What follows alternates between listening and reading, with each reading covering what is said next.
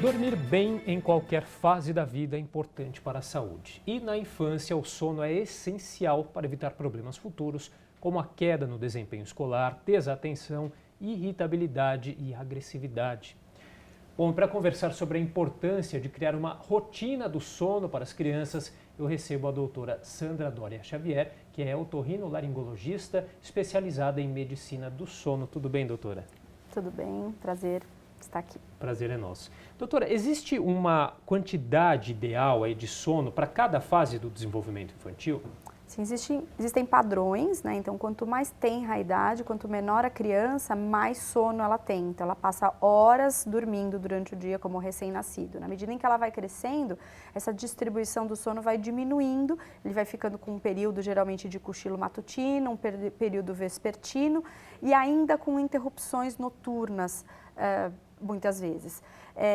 Quando isso vai acontecer, quando isso vai ser eliminado, vai depender de uma série de fatores. A criança, quando ela tem despertares noturnos, na verdade toda criança ela desperta, só que ela busca nesse despertar aquilo que é o habitual dela de reengrenar no sono. Então, se ela está habituado, quando ela vai pegar no sono, a ser ninada, sim, ou de ser amamentada, é isso que ela vai buscar na madrugada. Então, é muito importante que isso fique claro, porque esses despertares noturnos, eles existem e são comuns e são frequentes e são normais, só que a criança ela deve retomar o sono dela de madrugada, buscando aquilo que ela está habitualmente acostumada na hora de dormir. Então, o ideal é o quê? Ela ir para o berço, ela entender que aquele é o momento de dormir e quando ela acordar de madrugada, ela vai relembrar que isso que acontece, que ela vai voltar a dormir sem a necessidade de ter a mãe, de ter o pai, de ter o leite ou de ter o ninar no colo para voltar a dormir. Então, conforme a gente vai crescendo, a gente vai tendo essa consciência melhor, né? E o cochilo da manhã e da tarde desaparecem e passa a ter só o sono noturno, que existe uma média de 6 a 8 horas. Isso depende de cada pessoa. Tem pessoas que são curto-dormidores, tem pessoas que são longo-dormidores. Então, pode ser que você com pouco tempo, que é o que todo mundo gostaria de ser, né? Com pouco tempo de sono, eu estou tranquilo, feliz e acordo bem. E tem pessoas que precisam de um tempo maior de sono para estarem dispostas a acordarem bem, com disposição para passar o dia.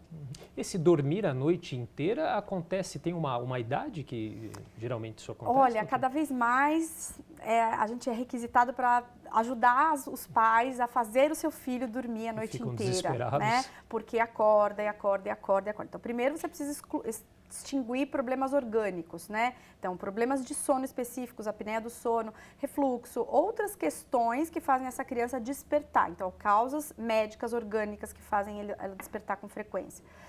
Sendo descartado isso, vem as questões comportamentais, que é o que eu havia dito, que é muito importante você ter em mente de que a criança, quando ela desperta muito, ela pode estar em busca do que faz bem, né? Então, é a companhia da mãe, é a companhia do familiar, é o leite, é o jeito que ela está acostumada a ser ninada.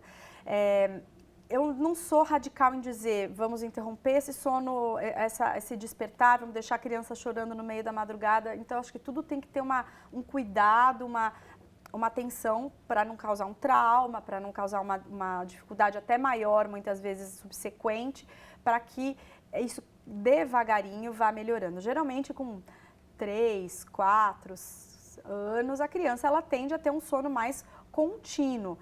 Ou até antes, tem criança que com 1 ano de idade já está dormindo a noite inteira, mas isso é muito variável, depende da dinâmica da casa, de que horas a casa vai dormir, né? Então, muitas vezes... Isso influencia muito também, né? Influencia, porque imagina assim, se a criança, os pais querem que ela vá dormir às 8, mas eles chegam 10 para as 8 em casa.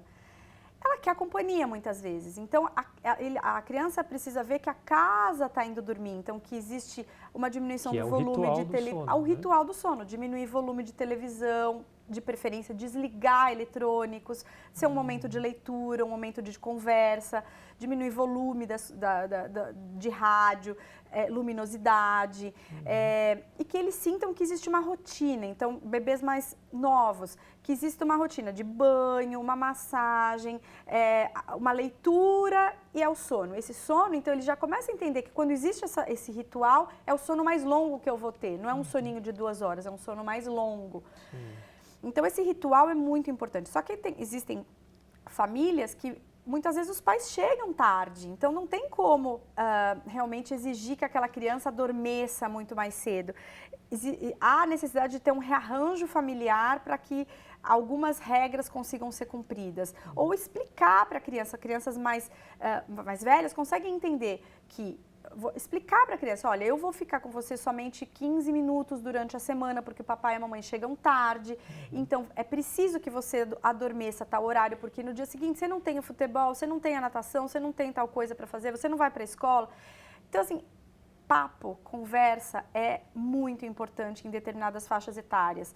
Sim. Então, não impor a situação, explicar o quão é importante dormir, o que não é só ficar acordado, mas precisa comer, precisa se alimentar bem, precisa fazer atividade física e precisa dormir. Exato. E falando em comer, a alimentação influencia bastante nessa questão do sono também, doutora? Influencia porque na medida em que se você tiver uma alimentação muito pesada à noite ou fizer muita atividade física próximo da hora de você dormir, você está com o teu metabolismo muito acelerado. Isso vai fazer com que você tenha dificuldade de engrenar no sono, de iniciar o seu sono. E às vezes até podendo ter uma série de conturbações ao longo da noite se você tiver com uma digestão prejudicada. Então, comida mais leve, uma atividade física sempre é indicada, mas não próximo da hora de dormir. Isso tudo favorece um sono mais tranquilo. Esses cochilos, quando ainda é bebê, né, criança, são importantes esses cochilos no meio do dia? São fundamentais, né? As crianças pequenas, menos de 1 ano, menos de 2 anos, ao longo do tempo, elas precisam do cochilo, elas não aguentam ficar acordadas tanto tempo, porque para a gente dormir, o que faz a gente ter sono? É ter ficado um tantão de tempo acordado, né? Então é a pressão de sono e ao mesmo tempo o ritmo circadiano de liberação de melatonina. Então a criança, pouco tempo acordada, ela já precisa ter o soninho. Um soninho matutino e um soninho vespertino. Esse soninho vespertino, ele vai se extinguindo ao longo do passar do tempo e a gente aconselha que ele não seja muito no final da tarde, porque se você faz um cochilo longo no final da tarde, isso atrapalha muitas vezes o início do sono no início da noite. Então que esse soninho seja antes de umas 3, 4 da tarde, para que haja uma nova pressão de sono, que é um novo tempo acordado longo, para que essa criança chegue 8, 9 horas da noite com sono. Bom, para a gente finalizar, nosso tempo já está acabando, doutora, mas além de muita paciência que os pais devem ter aí, o que mais aí, quais dicas aí para os pais aí que precisam fazer para alcançar essa rotina do sono tão desejada? Não é fácil. Eu acho que a primeira coisa é entender e compartilhar. Falar, eu compartilho da sua angústia. Eu acho que é uma situação que muitas vezes exige uma mudança de rotina, uma mudança de hábitos que não é fácil. Mas assim como tirar a mamadeira, tirar a chupeta, mudar rotinas de sono são possíveis e são cabíveis e importantíssimas para a rotina da criança. Então, tirar eletrônicos próximos da hora de dormir, então iPad, iPhone, eletrônicos de um modo geral, preferir uma leitura, uma conversa, um diálogo, uma roda de discussão, porque realmente os eletrônicos eles aumentam a nossa a dificuldade de liberação da melatonina. Se os pais puderem fazer junto também ajuda, e aí é o exemplo, né? E aí é o exemplo, você pode falar, não faça isso, mas se você está lá no celular e seu filho, como é que você vai exigir uma coisa que você não faz? Então isso é muito importante. Então, ter rotina, ter sempre mais ou menos a mesma hora de dormir, a mesma hora de acordar, né? Seguir rotinas, isso é muito importante. A criança se sente mais segura com isso. Tá certo. Infelizmente, nosso tempo já terminou. Queria agradecer a participação da doutora Sandra Doria Xavier, otorrinolaringologista, especializada em medicina do sono. Muito obrigado pela participação. Foi um prazer.